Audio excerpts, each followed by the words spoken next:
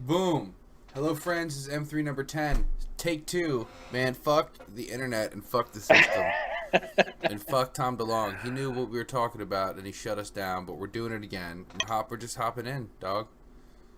We got too hot. We were talking too hot to the stars. Shut it down. But you know what? We countered. We sent out a counter strike, and we are ready to begin our own To the Stars campaign. So we left off. The band is just lazily reunited at the Grammy Awards. I'm glad, I'm glad the first take's taken away because I did sully it with some negativity at the beginning, and I'll wait until we actually get to the album breakdown to do that. You did start the first take off with hot takes. Hot takes, and I'll save the hot Yeah. takes. So essentially, Blink-182 picks up here. Their reunion tour starts up in 2009, which is essentially just their greatest hits tour, which you have in the notes here. If Mark joked it was the one-way ticket to Boneville tour. Yeah. I forget where he got that joke, but he kept calling it, I think I looked like K-Rock or something like that. Yes. Like I mentioned before, it's the Jimmy Buffett experience. The Jimmy Buffett thing, he just plays the hits. They just went out there and they played Margaritaville 20 times, and Yeah. And they went to Europe, and they didn't wait, cancel on them. wait a minute. Blink actually made it to Europe. I see. I always thought that to the people of Europe, Blink-182, they just thought they were a myth. Just a figment of their imaginations. That's right, like Sinterklaas. um, no, so they do the tour. I guess they eventually, things are said, and they decide they want to record.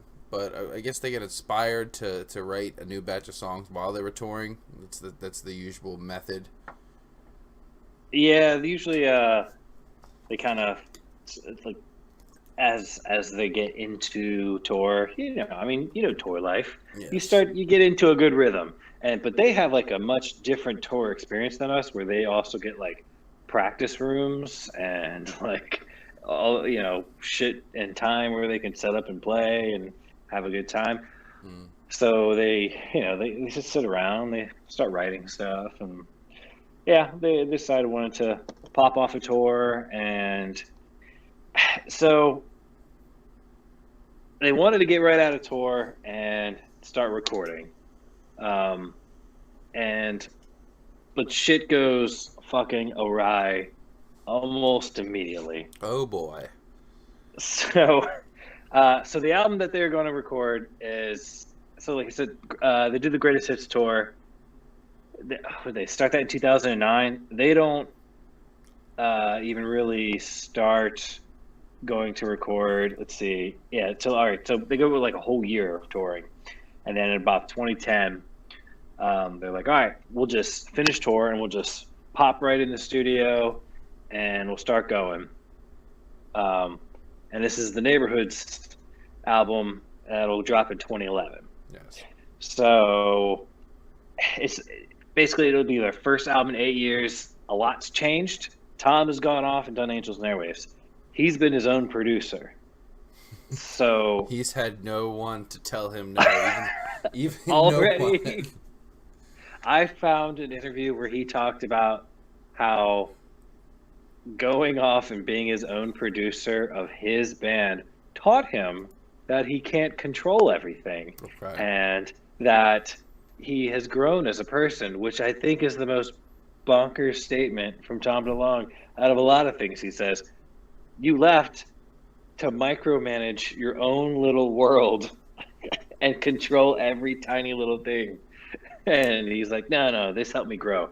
I know how to be a producer now. Yeah. See, I finally watched the first 10 minutes to start the machine. Ah, And yes. you want to talk about a exercise in vanity and just you know what I mean? Like I don't think that was Adam Willard coming to him saying like, hey man, I got this idea for the intro for our band documentary. Like, no, that was Tom. That's what he thinks his music inspires in people. And I don't hate Angels and Airwaves. I actually like Angels and Airwaves a lot. Yeah. but that's not what I feel when I listen to that music. Like, he thinks that he creates a symphony in your soul. It's a symphony of Civil War to Space Wars.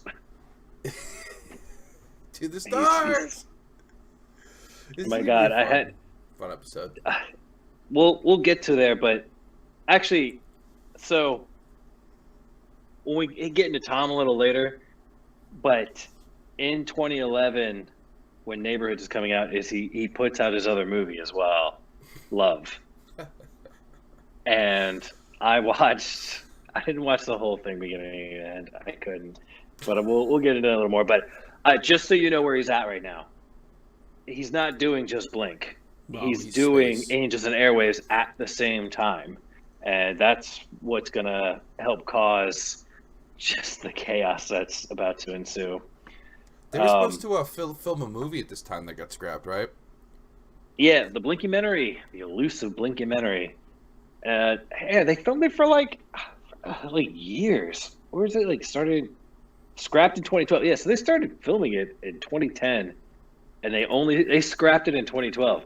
That was years of footage that they just said fuck it. Yeah, I don't know. Maybe it could have been. You know what though? You got to think. I mean, maybe it was just shitty footage. Maybe they're saving it for some sort of Tiger King expose on Tom DeLonge. Oh, I hope so. I would do anything for that. When the second wave of coronavirus hits, and we need another show. You know what I mean? Oh yeah. We need either the Snyder cut of Tiger King, or the Blinkymentary. Spoiler alert. I don't know if you just heard, but the judge just awarded Carol Baskin Joe Exotic Zoo. Yeah. Oof. How the fuck? I don't understand how the fuck that happens. How she got the zoo? I don't get into that because this is gonna make me mad. That's a next week's podcast. Yeah, that on the next season. But no, yeah. So they scrap the elusive Blinkymentary, but yeah, they start off doing Neighborhoods, and I guess they did those demos together, right, in the same place, and then they started recording in their own separate studios, like little hermits, like what we're doing right now. Right. So, this is the first album without Jerry Finn. So I don't know if you remember from last episode, Jerry Finn dies like a month before Travis Barker's accident. So the whole thing with this next album is they didn't know what to do with producers because they only had Jerry. So Tom's like, we can do this ourselves because I did it with Angels and Airwaves for all this shit. So he pitches it to everybody, and everyone's kind of like, all right, fuck it. Like, let's try it out. We can get engineers or whatever, and we'll just see how it all works out. And then Tom pitches that they should not get a place together and stay there and write and record. He says, we're all doing all this other shit. Everybody's got side projects and family. So he's like, all right, look, I'm going to stay in San Diego. I got my own studio. You or Mark and Travis can stay in LA, and you guys can do there. And we'll just, send Pro Tool files and emails and shit back and forth. But it turns into an absolute shit show because they all have their own managers. They all have their own publicists. They all have all their own engineers because when Tom blew up the band before, everybody had to get all their own shit. Lawyer up. So nobody talks to each other. They all talk through their managers and through emails. And it's a fucking disaster. That's probably why there's only 4 good songs on that album, and the rest of them are just ridiculous pseudo-techno bullshit nonsense. There's the hot take from the first minute before. I just needed that to come out now because it makes a lot of sense. Like when you're just sending fucking MIDI files back and forth, you're not the postal service. Like you can't, and they only did that for one album, and like that's special. Like that was special the way that was done. But I don't know if you saw anything about this, but do you think there'd be a little bit more cohesiveness between Mark and Travis at least? Like maybe they communicate or. Yeah, well, I think they were at least in the same studio, but only for a while. Mark moves to London during this process. Mm-hmm. So, like halfway through, was it? Yeah, like halfway through the recording, I think, or like late in the recording, he just moves to London. And he's also doing a TV show in Drops New on York. music. Yeah. So it's Tom is not fully to blame for this. He doesn't help, but Mark is just as bad, and Travis is dying essentially during this whole album. Mm-hmm. He is his fucking bones are made of glass. He is on so many pain pills, and honestly, it's amazing. His drum tracks are fucking on fire, but he's a mess. And what is this? 20? Oh yeah, so we're like 2010 now. So DJM has died at this point. In During 2010. during the all right, so before, like during the creation of Neighborhoods. Right. Actually, shit, it might have been '09. I have that somewhere in my my Travis notes. But yeah, essentially, he dies about a year later, and that fucks with Travis, and he died. Good God, hold on here. I found it here. So after like they did the toxicology, in his system he had cocaine, oxy, hydrocodone, lorazepam, shit, clonazepam, like shit I can't even fucking pronounce. Jesus Christ. Diphenhydramine, levocimo, like he had a ton of shit in his system. He died. He was fucked up as well. He did not go easy. No, But that's not. That's not. I mean, there's. That's not peacefully. no, and that fucked Travis up, but it also helped him kind of realize like, fuck, like I also got to get my shit together. So he does. Eventually, he gets sober, gets healthier, goes back to being vegan. So he does get his shit together, but I believe during this period he's still a little torn up. And we're recording all in different areas. Like they call the album Neighborhoods. Honestly, by the end of it, I think it was just ironic because like it's a troll I know at that fucking point. Like I know that they said they named it Neighborhoods because it was like, oh yeah, it's the three of us. We're all bringing our own music styles and our own ideas from all different worlds, like different neighborhoods, and we're all coming together.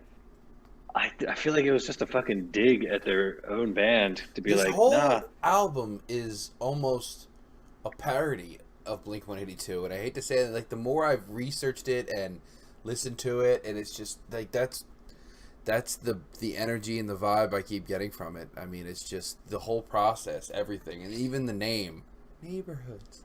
I'm in my little neighborhood in Travis. You're over there in your little neighborhood. Like, what, man? Can't fucking hear you, man. But I'm curious about this. So, once again, they leave Europe in the fucking dust, and they have to. Oh, that's right. Sorry, to, I wrote these notes. Like, I don't know. I've been writing these notes over like a week and a half because it's just taken me forever. Yes, I know. I don't think actually. I can't remember. It was in the first take where we talked about they finally made it to Europe during the Greatest Hits tour. They did. They finally made it. They finally made it across the pond, but they get one. They get one time. They get one. Poor Europe just stays getting shit on. Yeah. So they were supposed to finish in like April or May, and go to Europe, leave for tour, and they said they they didn't want to go back out on tour unless they had new music. Well, they didn't have any music. They were still a couple months behind. So I don't remember who brought it up. I don't. Basically, somebody wanted to postpone it. I think it was like Travis was really pushing it. Tom did not want to cancel it because it was very expensive to cancel the European tour. but Travis was like, no, and Mark jumped on, and so it was 2-1. So they postpone it, and they go back to the studio. What was it? So that's April or May. So they go back in, and they're still writing and recording, and uh, they're under what are they? They're still under like the Geffen label. They're Geffen's owned by a bunch of people, but basically Geffen gives them a July 1st due date. He's like, all right, you're pushing back a tour, July 1st. Like, Geffen's been pretty easy with Blink being like, hey, like you can have all the time you want, you can do all this stuff, but they've been gone 8 years. The landscape's changed. They're like, no, we want to kind of keep it on a short lease. And all the rumors came out about how they're recording the album and how nobody's talked to each other directly in months. Like, Mark said that he would go months without directly talking to Tom. So they wrote this album through their managers. It was like a giant game of telephone. Is this album? But like, yeah, this is 2010. Like, you don't have his fucking number. Like, did you not get his new number yet? Like, did he make sure? Like, that's a stipulation. You can't. Well, I'll get the band back together, but you can't have my new number. Still can't have it. No. Oh yeah. It looks like Tom was joking about waiting until 2 a.m. on like July 1st to drop off the album. He was like, no, we'll probably wait till the last second. And they essentially did. So they were given that July 1st deadline, and Blink was like, all right, July 1st. And then they went into the studio like 1 or 2 weeks. Or no, yeah, for like 1 or 2 weeks after the deadline. And they only like wrote for like 3 of those days. Well, and they basically this was them recording the record together. No, not even together. They just went back into their studios. Basically, they were given a deadline, and they're like, "Yeah, all right, we'll get to it." They just like fucking, vomited it out, and we're just like, "All right." And then they sent it for mixing, and it was like August, I think, is when they actually finally finished it. Mm. And I think it was put out in September, I believe. Yeah, and it gets released, and there's so much fucking anticipation for this record. Like, it's publications are calling it one of the biggest, most anticipated releases of the year. Obviously, I mean, it's been 8 years, and they were one of the biggest bands to ever exist. But yeah, it kind of gets a little. It goes the route of Chinese democracy, I would say. It was very Chinese. I remember. Like I remember when this was coming out, and it was getting hyped everywhere. Like I can't remember like what I think I put like some of the notes. Like I can't tell you how many articles I saw and things that were just like albums dropping. Like it's gonna be, and Tom would be like, the greatest shit ever. We're coming out with this. It'll be great. And I'm sure he talked about Jesus more. That's what he does. Is he a religious guy? Like, they're all religious. Oh. Like to a point. They're not like. But I mean, Travis is definitely religious. That dude's got fucking praying hands. I think like on the side of his head. Really? I never take that seriously. I really do. No, like, come on. How many people do you know or have you seen that are just like, they have crosses tattooed in the back of their necks, and it's like, I've seen you do a lot of unholy shit. Like, you were, like, I honestly don't like the praying hands or shit like that. I don't automatically equate that with being religious. It's like, even go like, home and yell at your girlfriend. Yell at your pregnant girlfriend. Yeah, like for real. Like, I don't know. I see a lot of people. There's people who have like swastikas. They used to be tattooed on their chests, and they get it removed, or like but they can't get it done right away because that shit costs a lot of money. So like, look, I got out of the life, man. I know the tats are there. Just like to have my shirt off. It's summertime. But yes, sidetrack. Sorry. That's what Neighborhoods makes me want to do, man. It makes me want to go on a sidetrack. It makes me want to just go off and think about better Blink days, because this album only had 2 fucking singles. First off, which is like, how do you? A Blink album has 2 fucking singles. How do you get 2 out of it? Like, fucking Christ! Like all the other albums, like they might not have put out a ton of singles. I should self-titled was like 4 singles, I think, and they probably could have done another. Most are 4 or 5 that they've done. Yeah, and yeah, like there's some stuff on here. Basically, like when they were like writing stuff like that, Tom was doing his like you can hear the division on everything. Tom, you hear Tom songs, you know what song's a Tom song. It sounds like U2 and Coldplay. That's what it is. And I guess he was like kept telling that to Travis, and Travis like snapped at one point. What did he say? Like, I wish I could do like a Travis Barker voice. He's like, "Blink is Blink, man. We want to sound like fucking Blink 182." Yeah, like, and you could hear that because like a lot of the bands like Fall Out Boy and Panic at the Disco are like their sounds change so dramatically, and everyone does. Everyone wants to sound like U2 and Coldplay. Like that's not specific to Tom DeLonge. That's every band on DC 101's just main inspirations. Is those two Coldplay bands. wants to sound like Coldplay. Yeah, Coldplay. Feel like new Coldplay wants to sound like old Coldplay. They don't even know who they are anymore.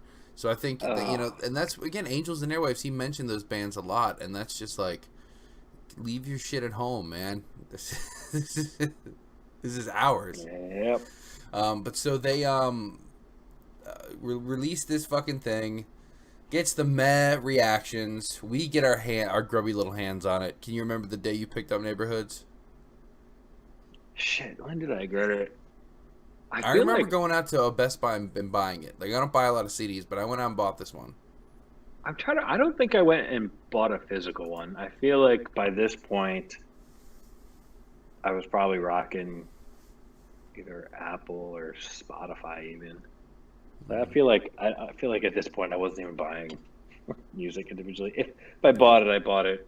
I don't think I bought a physical copy. See, I bought a standard though. I didn't buy a deluxe and it's one of these this weird fucking thing. I don't understand. Blink-182's been like ever since this album. They've done it every album where they release this regular bunk ass version, and then they release a deluxe version with like 4 extra songs on it. But it's like it reminds me of like video games nowadays with like the DLC.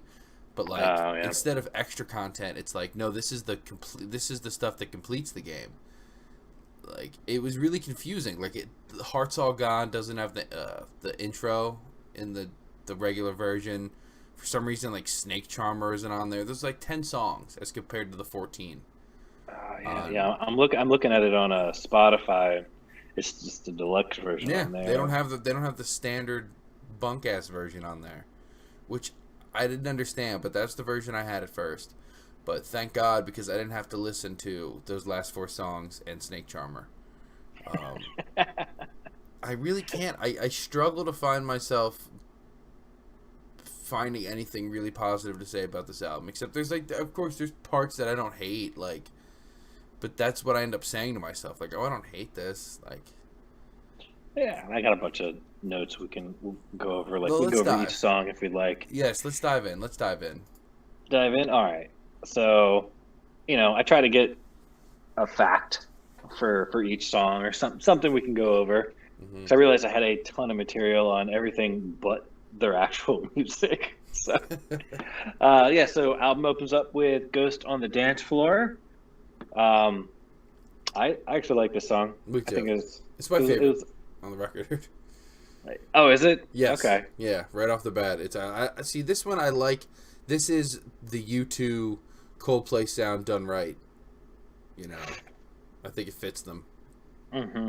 It was a good opener. Like Blink is, I feel like all their albums have good opener songs. Some people just can't nail a good opener. Yeah. And they've done a pretty good job. For like that being like the first song I really hear, for the most part, like off the album, like it was good. Yeah. Let's see. So yeah, "Ghost on the Dance Floor." Basically, a song specifically about hearing a song you shared with someone that's passed. Mm-hmm. And Travis Barker loved this song when I think DeLonge showed him. And I think it's probably on the album, and they worked on it so much because of how much he liked it. This was after it's like Adam Goldstein died, so I think it was kind of like, since it's a song about a little bit about death and people who passed and walking with them, it really resonated with them. It Then up, had the most, I think, in terms of drum work, it had the most intricate and I guess well thought out drum pattern throughout the entire record. So it makes sense that was the one he liked the most. You could tell he's the one he put the most heart into.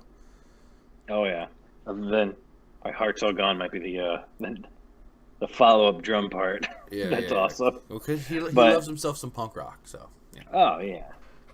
Up next we got Natives. Do you remember me stealing this song title for a band name? I do. Yep. I cracked up at that. Yeah, not much about that one. I mean, changed song names a couple times, but Natives. I mean, this song's okay. I mean, the first couple songs I don't mind.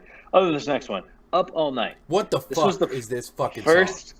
This was the first single.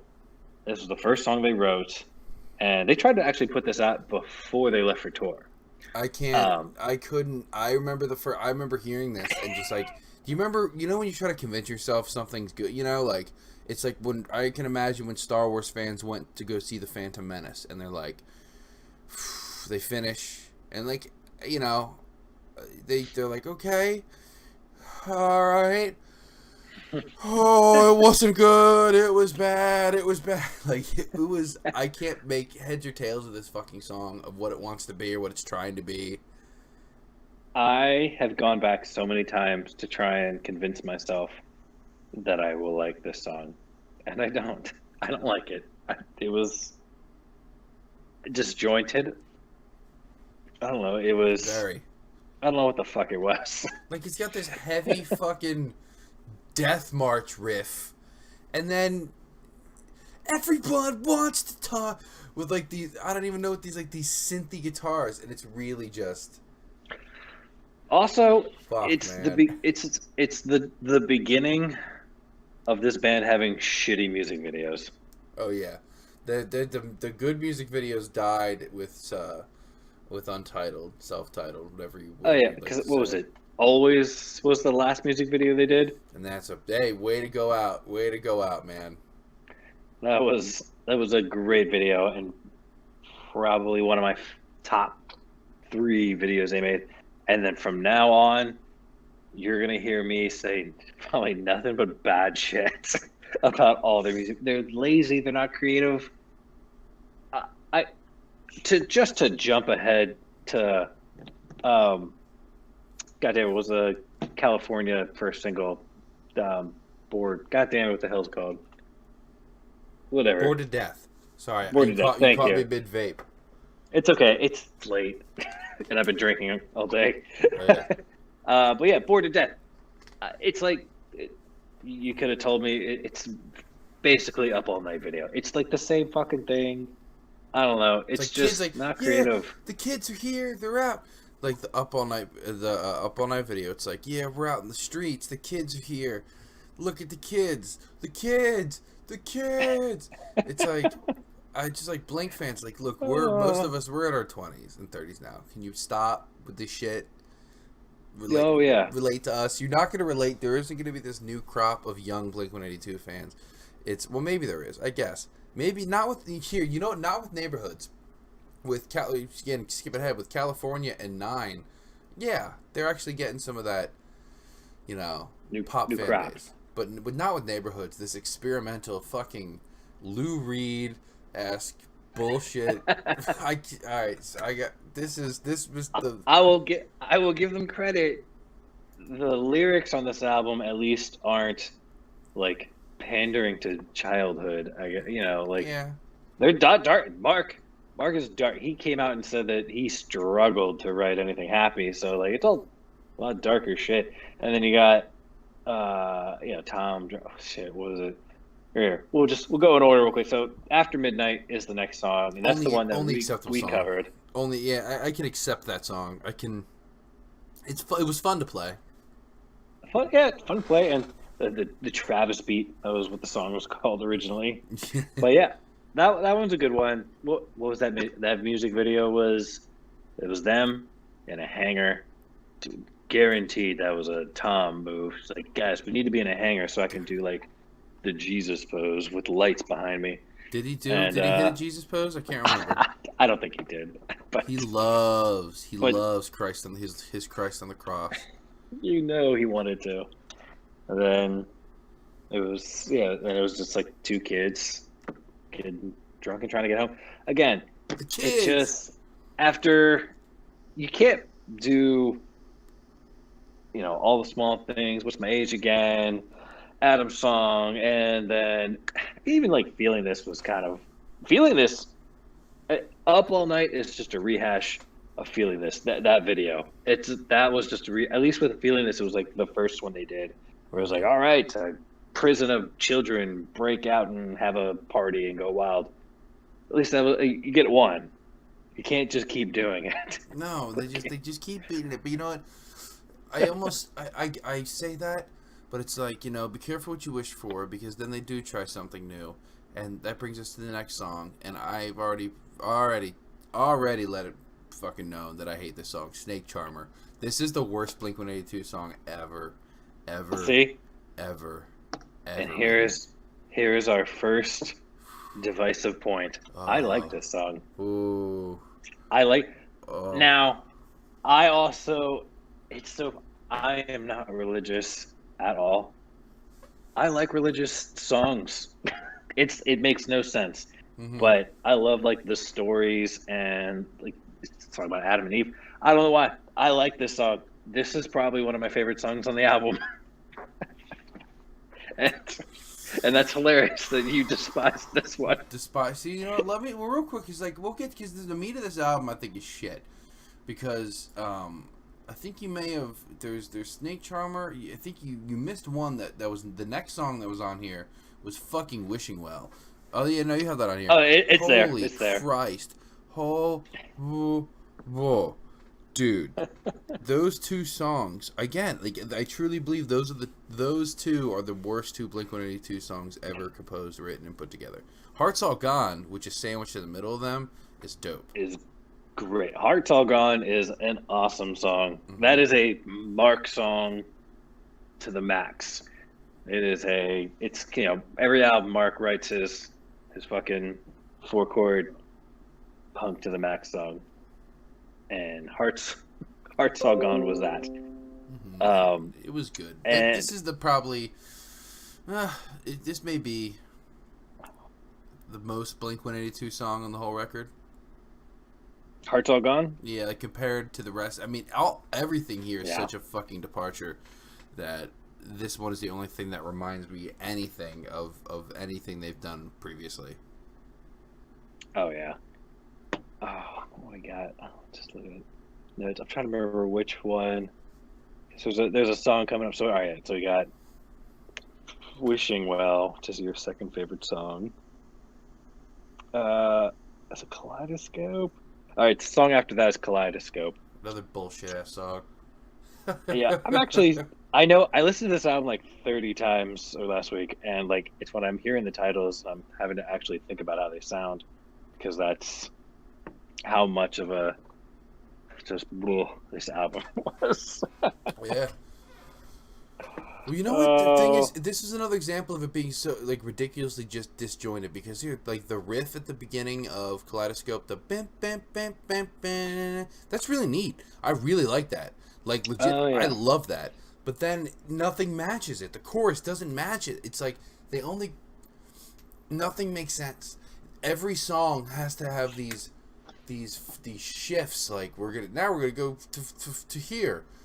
We're gonna have 5 separate songs inside of one song, instead of just having a verse and a chorus and maybe a bridge. Toss a bridge in there. It's just complicated music for the sake of complicated music.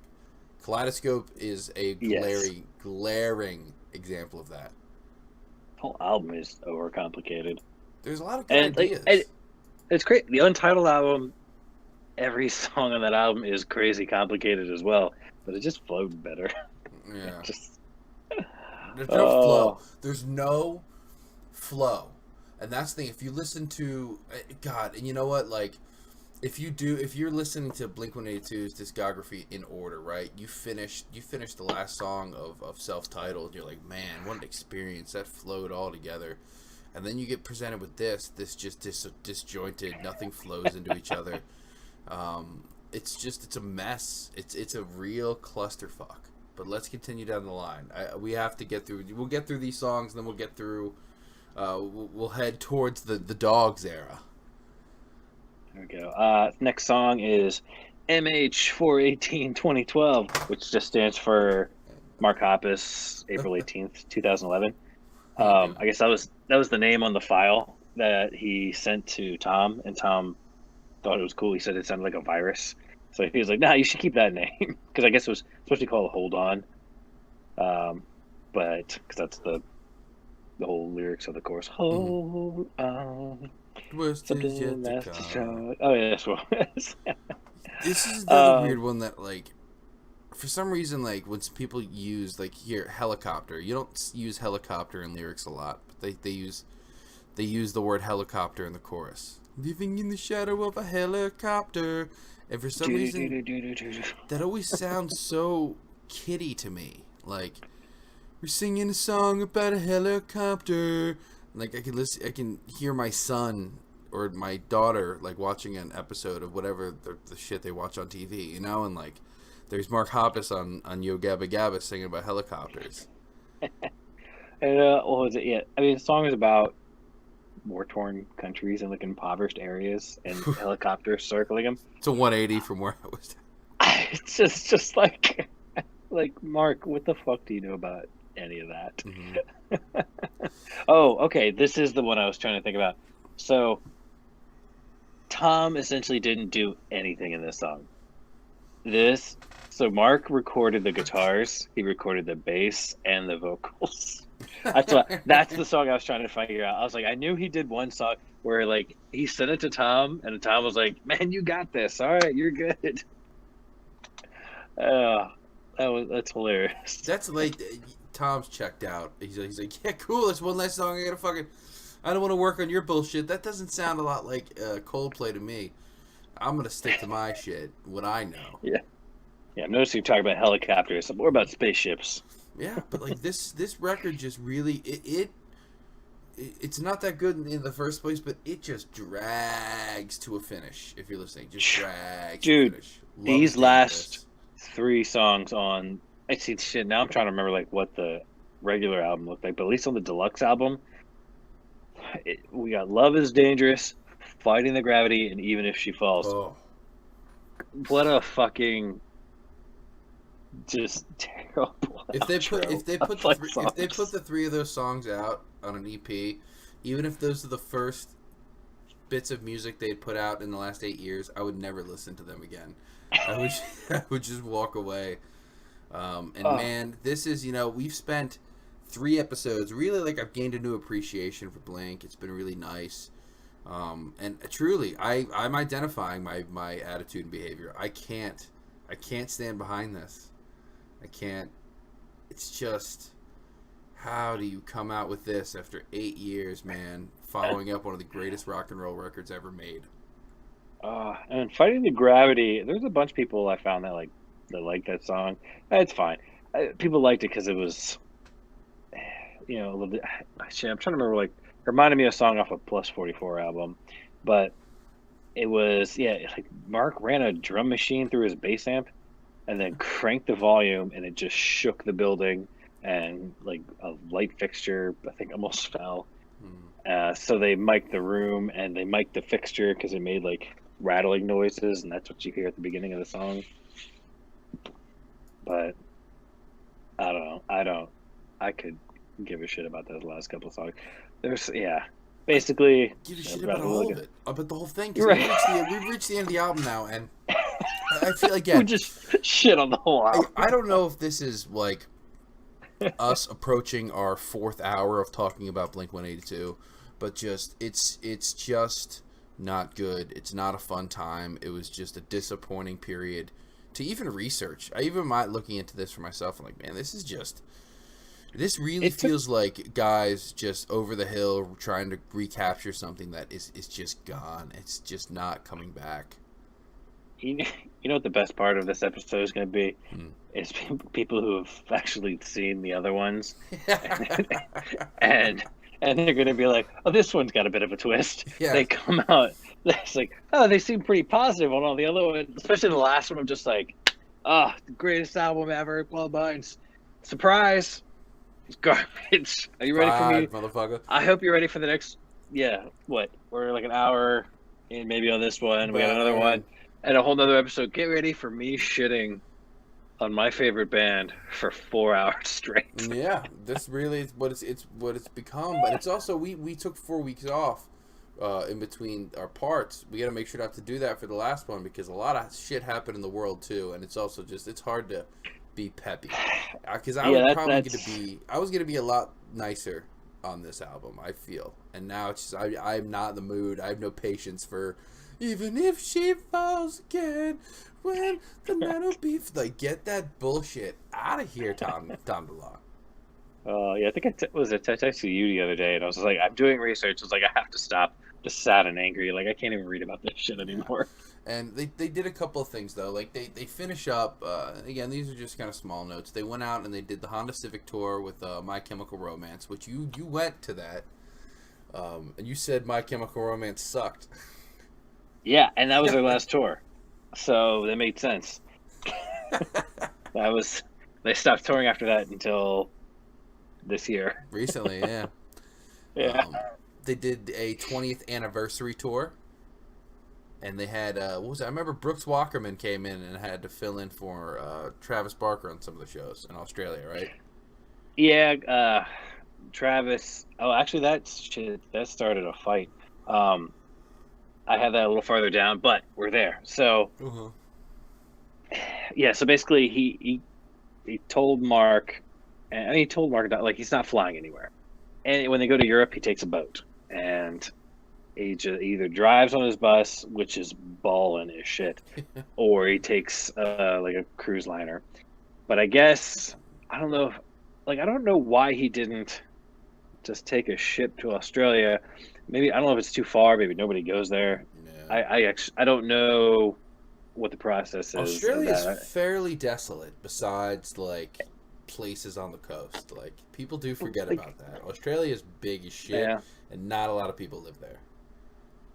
And so he told Mark, he was like, "All right, look, I'm gonna try.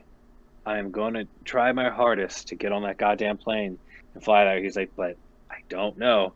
And because he was like, have a backup plan ready to go. He's like, I will try my hardest, but have a backup plan ready.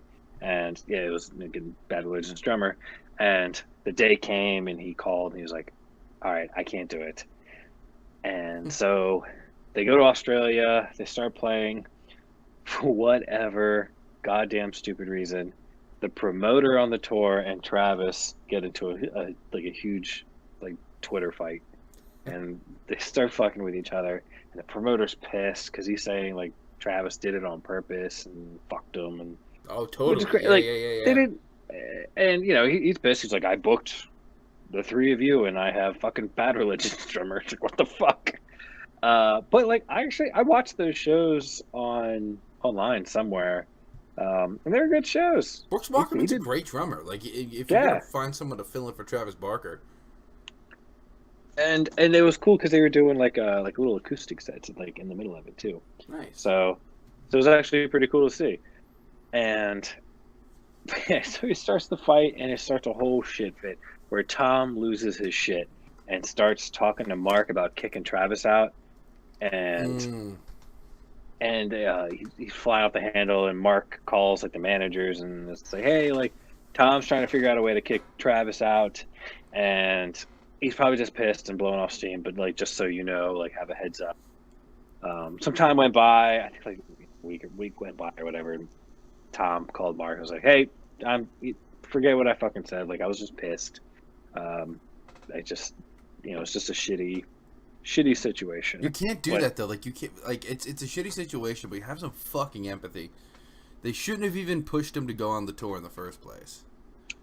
Yeah, I know that Australia is like their shit, but Shit changes. He's not getting on the fucking plane. Like, why even wait till the last second? I can't get with that, and it's like, first of all, talking about kicking out Travis Barker from Blink-182. Like, you guys weren't Right. Blink-182 until Travis Barker joined that band, so you I couldn't even don't say imagine. silly things. Yeah. Oh god. Oh, all right. So some of the music videos for this. Please. So, yeah, like we said, they only put out two singles. After Midnight was whatever. I actually rewatched it, and I don't know if anybody has seen the show The Following, but the actress in the music video was also on The Following, that Kevin Bacon murder show. Look, it was great. The Baconator killed it. But the Up All Night single. So the band was on Interscope Records, and Interscope does not have the money like it used to at this point. So when Blink was finished the album, they had to do all of this, like partnering with, like, all musicians do it now because the money's not there, but they partnered with like AT&T and like ESPN, Best Buy. I want to say there was a song off of this that was supposed to be on like the WWE. It might have been off of Dogs Eating Dogs. I forget which album it was, but they just try and partner up with everybody. So Up All Night. So they put out their music video. I had no idea about this until I was doing this research. There's a secondary music video, and they partnered with AT&T, and AT&T went on YouTube and found over 14,000 videos of people using Blink music illegally, and they took all those clips and they put them together and made another music video for Up All Night. And like in the beginning of the video, they're just like, these people use our music illegally, so we're gonna use yours illegally, and we're gonna put out a music video. And that was pretty fucking funny. That's what Lars Ulrich should have done instead of suing Napster, man. He should have, you got to turn it on its head. You got to turn it on the pro. Yeah, it was a solid. Anyway, it was whatever their most recent music video they put out now. It was like that, where they just used like Happy Days. They just used like a ton of clips, and it was cute and it was funny. Yeah. Well, they've put out this stinker of an album. They're kind of just coasting along, I guess, as a group, as best as they can, floating along. But in the middle of this, out of nowhere, a slight tinge of redemption. A slight tinge of redemption. I'm not going to say it was a full-blown, like, 180, like they really turned themselves around. But in 2012, they get together. Full 182. Yeah, a full, huge 182. They get themselves together and they put on an EP that's actually pretty decent called Dogs Eating Dogs. I like this EP. I do too. And again, it was a surprise. I didn't even know there was no like hype really around it. It just kind of like, poof, oh, it's on Spotify one day. It was a surprise to the band as well. This was Tom. This was Tom on his upswing, being like, I want to put out an album for Christmas. Let's go fucking do this right fucking now. I got ideas and get the ball rolling. And Mark and Travis, like, and the managers and everybody, they bent over fucking backwards to get this album going and out. So it was actually done pretty quickly, at a quick turnaround. And we can thank Tom for this one. Nice. He was the big proponent in getting our Christmas album. All right. And they got it. I mean, so essentially we don't have to go too deep into it, because again, it's not that deep of a record. It's just 5. Like, you can tell they just had 5 songs they wanted to have done. Honestly, to me, it felt like a record of like just 5 B-sides. Very good B-sides, but just like there was nothing that stood out as a groundbreaking single or like a Blink-182 song we're going to be singing for decades. I honestly don't think I ever heard them play any of these songs live. But they didn't put this out on a label, right? They self-produced and self-released and did all that happy jazz, but with Dogs Eating Dogs. Yeah, this was so they, after Neighborhoods, they split with Interscope. I don't know if they just had a 1-record deal. Actually, didn't see like what the whole deal was with that. I know Interscope wasn't stoked with their numbers for Neighborhoods, but I feel like it might have just had like a one record deal. Right. So yeah, so they do this one by themselves. Again, producing it by themselves. Chris Holmes is like their, like Mark's buddy, who kind of like they write with a lot of times. And they actually went. The reason this is probably good is because they actually got back together in the same room and wrote this album. Because Tom, he came out publicly after Neighborhoods and said that recording in separate cities was for sure probably a bad idea. Yeah. So him and Travis both agreed, and this time and this is also about the time Travis is getting sober and he's starting to talk a lot more, and I think he puts out his book soon. So even he came out and said that he was still a mess from the plane wreck. So they're like, all right, look, I'm in a better headspace. We're actually going to get in the same room together and we're going to record this. So already off to a much better start, and there's no label, so there's no due date.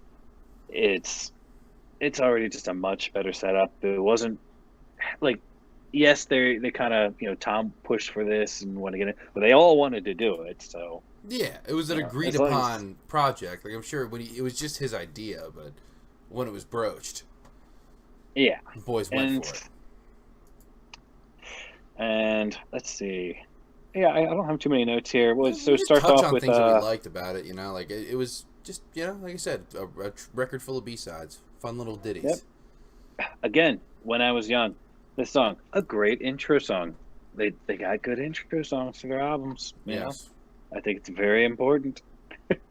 Obviously, a build up with they got like the organs and shit in there, and dude, Boxing Day, that fourth record, I remember when that came out. I wanted to play that one with you. We were both still working at the grill, I think, and I was like, we got to play this song. I adore that song. I really do. It's a pretty little one. Oh, I love it. It was, and I don't know if anybody knows about me, but I really love Christmas. So adding another Christmas song to my Christmas playlist, this was perfect. Hey, it's a Boxing Day song. Like, whenever I'm feeling real bah humbug, like not feeling Christmas or depressed, I always be like, man, can't wait for fucking Boxing Day this year. Just to be an asshole. There was a bunch of critics who didn't like this song. They said it was too disjointed, but I liked it. I feel like, I don't know, they complained about like the drum beat over it, or like under it, and how it just didn't sound cohesive. I thought it sounded fine. I liked it. It didn't bug me, and I'm a drummer, and you think it would bug the fuck out of me if it didn't fit. Yes. And I thought it was fine. Well, they had a brief moment, a brief glimmer of hope, and that's going to bring us up into, some darker times are on the horizon.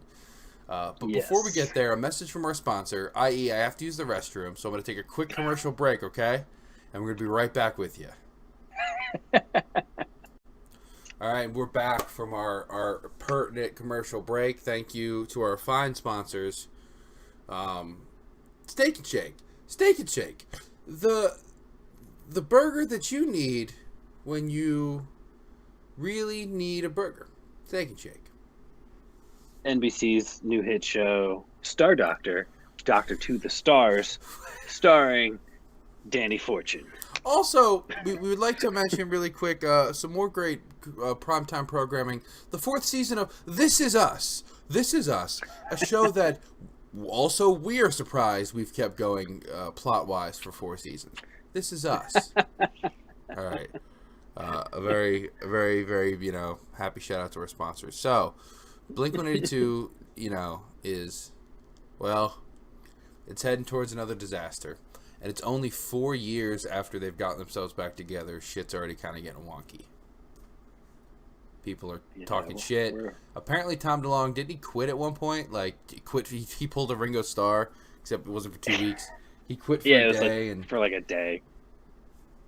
Yeah, I couldn't find out what it was about, but I think it was in Travis's book. He talked about how Tom just quit for a day and just being a whiny little bitch. Well, that happens, but they all of this is still like, you know, even with Dogs Eating Dogs coming out and shit like that, this is all leading up. They want to put out a new album, so they get everything, you know, booked and signed, studio set up, dates ready to go, and then what does our boy do?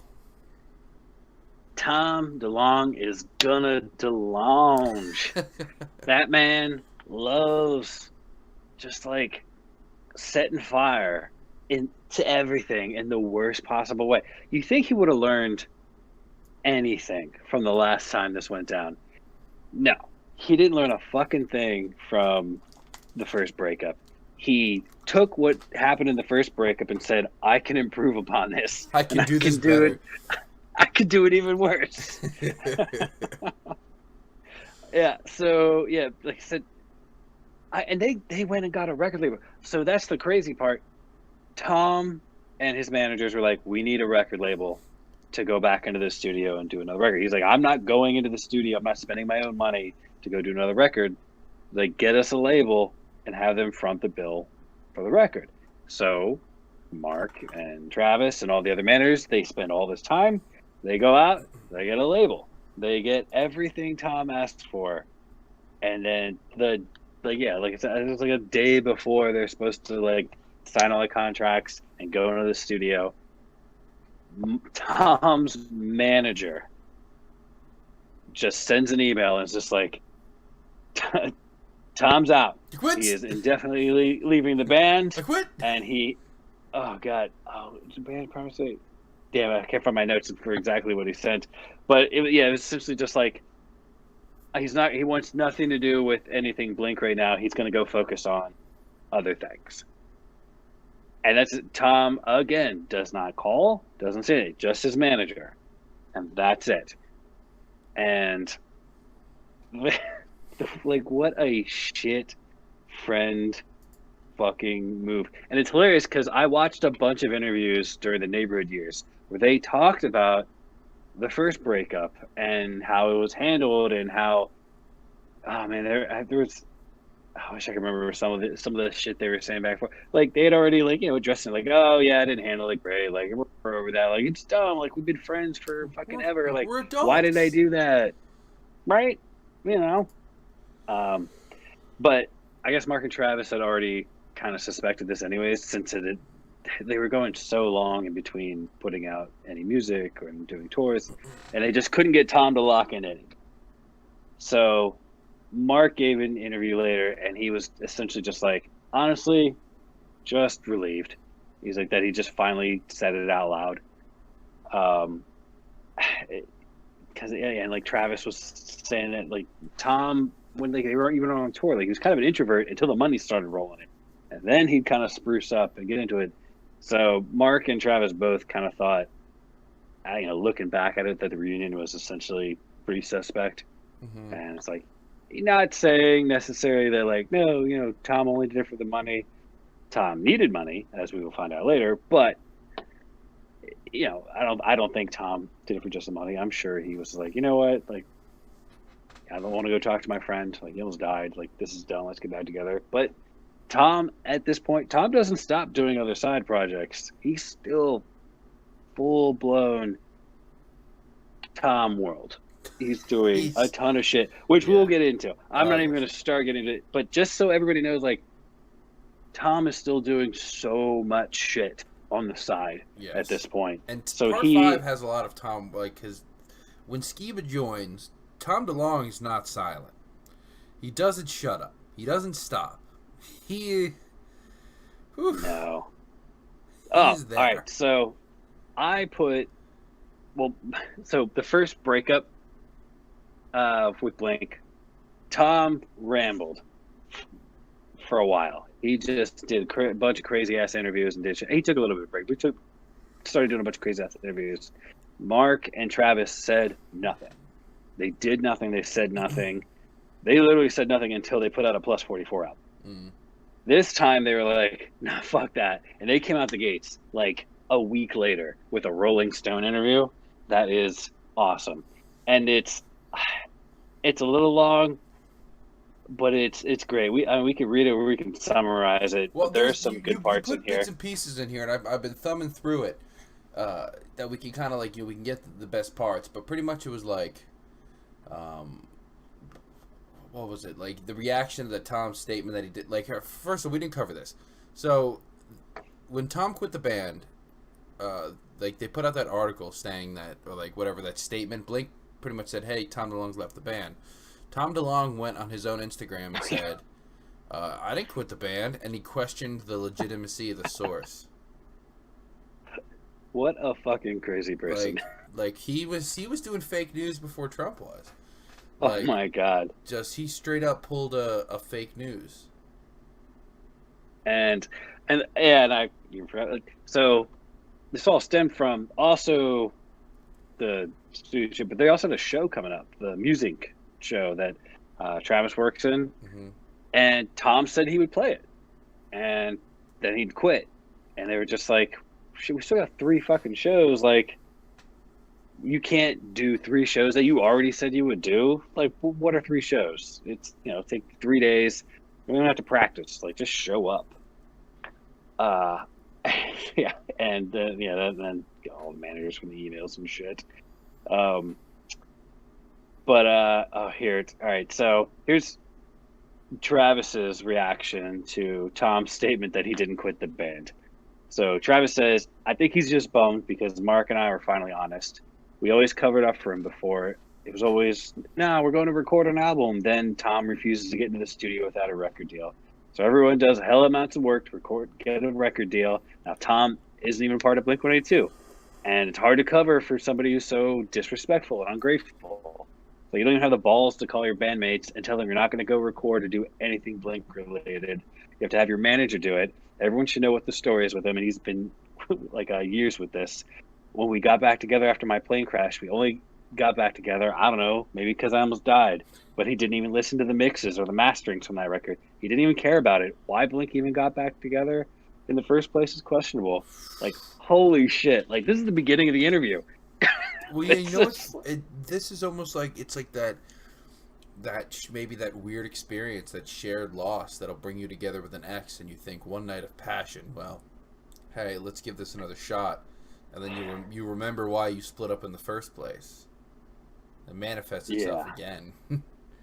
Just try and force it. Oh god, but yeah, that reaction from Travis was just like, holy shit! You never hear Travis say shit. He is not the vocal one.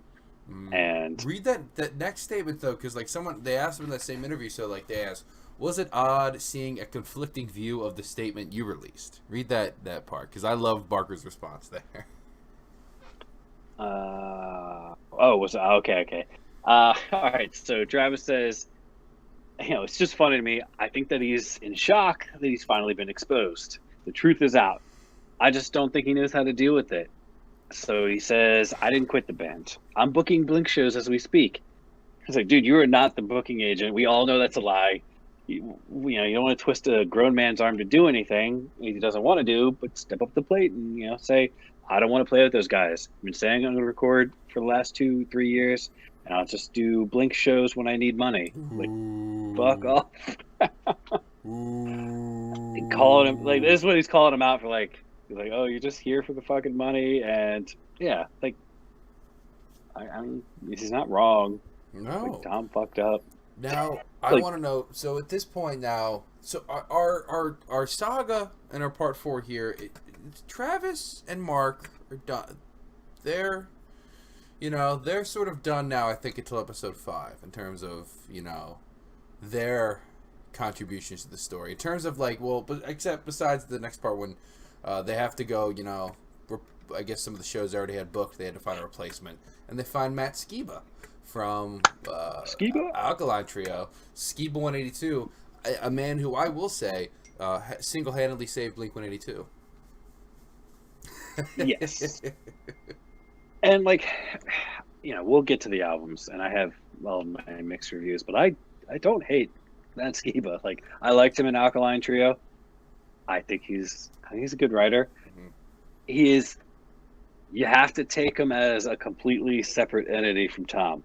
He is wildly different from Tom. So you can't can't lump them into the same boat. They play guitar wildly different. They sing different. They write different. Their vocals are So slightly like to the untrained, not even untrained. Like if you're not a fan, but there's like he's a higher pitched. I think he sings Tom's songs live really well. see that was where you and me also disagree. And it's maybe just because I was just used to Tom. Yeah. But like when I saw him live, I was like, eh. But then when he sang his songs, it's like, there we go, there he is. Like he's a much better singer. That's my boy. But he did also, he can't play "What's My Age Again" for shit, just like Tom. So, maybe he is nailing Tom's parts. No one can. All right. Well, Skiba's joined. Mark and Travis are with him now, and we're gonna get close to wrapping up here. Michelle needs her bedroom back because we always do these sessions super late. But classic. Yeah, it's okay. I do want to just go through the Mark, some of the you have some Travis facts, Mark facts. I don't know if we have anything fun here, but I think at this point, Tom DeLonge, we can touch on. He does go into back into doing Angels and Airwave shit, but he jumps full on the rocket ship conspiracy loony wagon at this point, in a major serious way, and I really want to cover this in depth on our final part 5. Like I really want to touch on Space Tom. Yeah, in a big way. Yeah, this is the beginning of Space Tom because this was still when it was like a little bit more secretive. Let me just check my notes, see if there's any you have some any here, Marker and Travis facts real quick. But but we should say I've seen some of these. We'll save Space Tom. Space Tom and Skiba 182 are going to be. That's how we're going to conclude this on our next time. Perfect. But we'll end this on Travis facts and such. Ended on what? Would you say tragedy? Tragedy. No, Travis facts. Our mind is in such a dark place. Oh yeah. All right. So yeah, I'll save. Yeah, because literally the top DeLonge part is, it's yeah. we'll dive into there. Yep. So let's see. So yeah, any like Mark stuff. So I tried to find this. Mark apparently started recording an album with his engineer Chris Holmes called Nothing and Nobody, and I could find nothing about this. And I don't know if they just I guess nothing came of it. And I searched on the Reddit, I got nothing. But it did lead me to Mark Hoppus and Chris Holmes did a remix of the song ABC for a Michael Jackson remix album. And it's got people like Akon and Steve Coy and the Neptunes. And I listened to it. I listened to the whole album of all these remixes of all these Jackson 5 Michael Jackson songs. Is it good? No, it's not good. Why would it be good? He just like he didn't do anything. Like, and in the interview, he even said like, yeah, they approached me and I didn't know what to do because I was like, the fuck am I supposed to do? There's like Motown came at me. I was like, what the fuck how am I gonna make ABC better? He like played bass over it and added like some electronic shit. Yeah, but like, oh god, what else is he doing at this time? He DJ'd a few nights. He was doing emo nights. I do remember this. I saw this on social media. He was doing like the emo night DJs in LA. He launched his clothing line. Hi, my name is Mark, which I bought a shirt for this podcast. The occasion. My octopus. So I got my new Hi, my name is Mark shirt. And around this time, so all my notes kind of end around 2015 is when all this shit kind of went down. He sold pretty much all of his side companies. He sold out of Macbeth, sold Loser Kid, sold Atticus. Does Tom DeLonge still have a stake in all those companies too? No, they pretty much. Yeah, I know he sold Loser Kid. I think they just sold everything at this point. They got the companies up enough, made their money, sold them, and they'll start. Tom needs all the money he can get at this point. What? So we'll get to that though, because you seem to know something. You've been alluding, foreshadowing to some Tom money problems. So I want to end on that. I want to end on the Tom money troubles when you get there. So the last Mark fact I have, which is great because the internet fried him up. So, like I said, during this time, Tom is still very much doing Angels and Airwaves, and he puts out the albums Love Part One and Part Two, and we can wrap most of that stuff up into the Tom section later. Hmm. But on the like deluxe albums, Tom offered a remix of the song Hallucinations by Mark. And I don't know if it's a joke or not. If if you have a chance, go look this song up. It's Hallucinations and it's straight MIDI.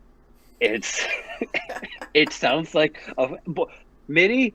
He took Tom's lyric, like Tom singing, and put it over MIDI tracks. It sounds like a fucking video game, and I don't know if he's just trolling the fuck out of Angels and Airwaves. Like, it's the funniest fucking thing. That's why I was like, if it was a joke, it's awesome. It's a great If it's not a joke, still hilarious. Like, the internet couldn't tell. Like, every review I read of it, everyone's just like, I don't know if he's trolling them or not. Like, is this a joke? Like, is Mark a fucking remixer? Like, Yeah. because he's done 2 remixes, and they were fucking both Did terrible. he ask? Like, did Tom ask for them, or like was it just Tom asked for a hey, remix of Hallucination. I'm making an SNES homebrew game, and I'm wondering if you could just help me get this on the soundtrack. Toss it together. It's what it sounded like. Oh God! All right, then we got Travis stuff. I mean, like I said, DJ M passed away, but so DJ M actually appeared in Iron Man 2, and I don't know if everybody remembers that, but he had already passed away at this point. Um, and so Favreau asked his family, he's like, "Hey, like we can take him out, or we can leave him in. Like it's up to you guys." And so they left him in. So he is forever immortalized in the Marvel universe now. Nito. And Travis put out his book in 2015. Can I say? And there's a bunch of stuff that he goes out. This is when he starts talking about his full blown addictions in like 2004. His breakfast in 2004. Here you go: 4 blunts, 4 Vicodin, 1 Valium, and an Oxy. And then he would hire security guards to sleep during the day and then stay up at night and sit next to him while he slept to make sure that he didn't die. He was just like, that was when I realized shit is fucked up. The Like, darkness has consumed me. good God, can you imagine? Like, you have to hire security guards to make sure you don't die in the night. Like, holy fuck, you are in such a fucked up place at this point. And this is after, oh shit, no, this is 2004. Yeah, so he hadn't even had the accident yet. And then while he was in the hospital for his plane crash, he was trying to bribe friends $1 million to come kill him. Like, this dude has had just a rough mental and physical life. He is broken constantly, and he is, at least looks like, as far as I can tell, he is at least recouped, and he seems in shape and mentally healthy, and he's a workaholic. Well, good, and I think that's it's better than being other kinds of holics. So, Yep. all right, those are our fun, exciting Travis facts. Now, I want to end this episode so I may give my wife her bedroom back, and we may enjoy our kidless night's sleep. I want to know why did Tommy need so much money? What was going on?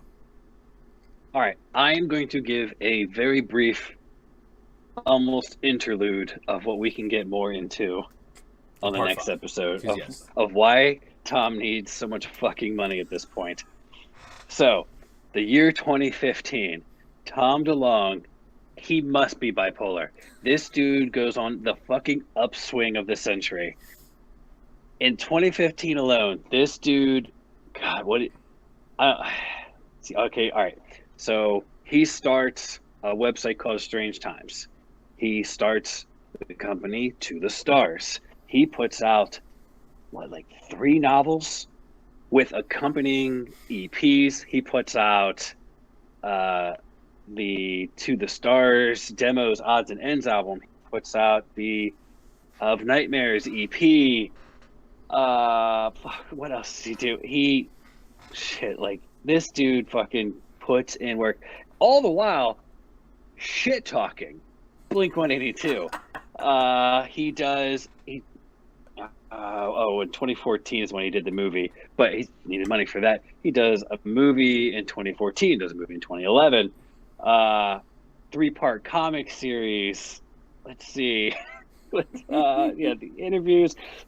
Oh my God, he's approaching Cirque du Soleil, people from Area 51, Air Force Space Command, a very famous astronaut. He's getting death threats from the government. He is meeting with Werner von Braun's assistants to find out the secrets he told him on his deathbed. He's busy. 2015. Big things are coming. Yes. And on a very uncharacteristically negative and kind of blasé episode, both in conjunction with how late we do this, what's going on in the world, and the fact that all the music from this time period sucks, ladies and gentlemen, part 5 of our Blink-182 series, it's going to be bananas. I will make sure we are well rested. We are alone in our homes. Yes.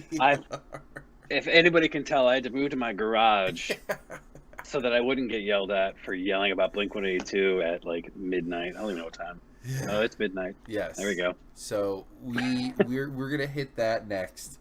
And I also did, and now I'm gonna throw this on you, okay? But I feel like this is a fair promise.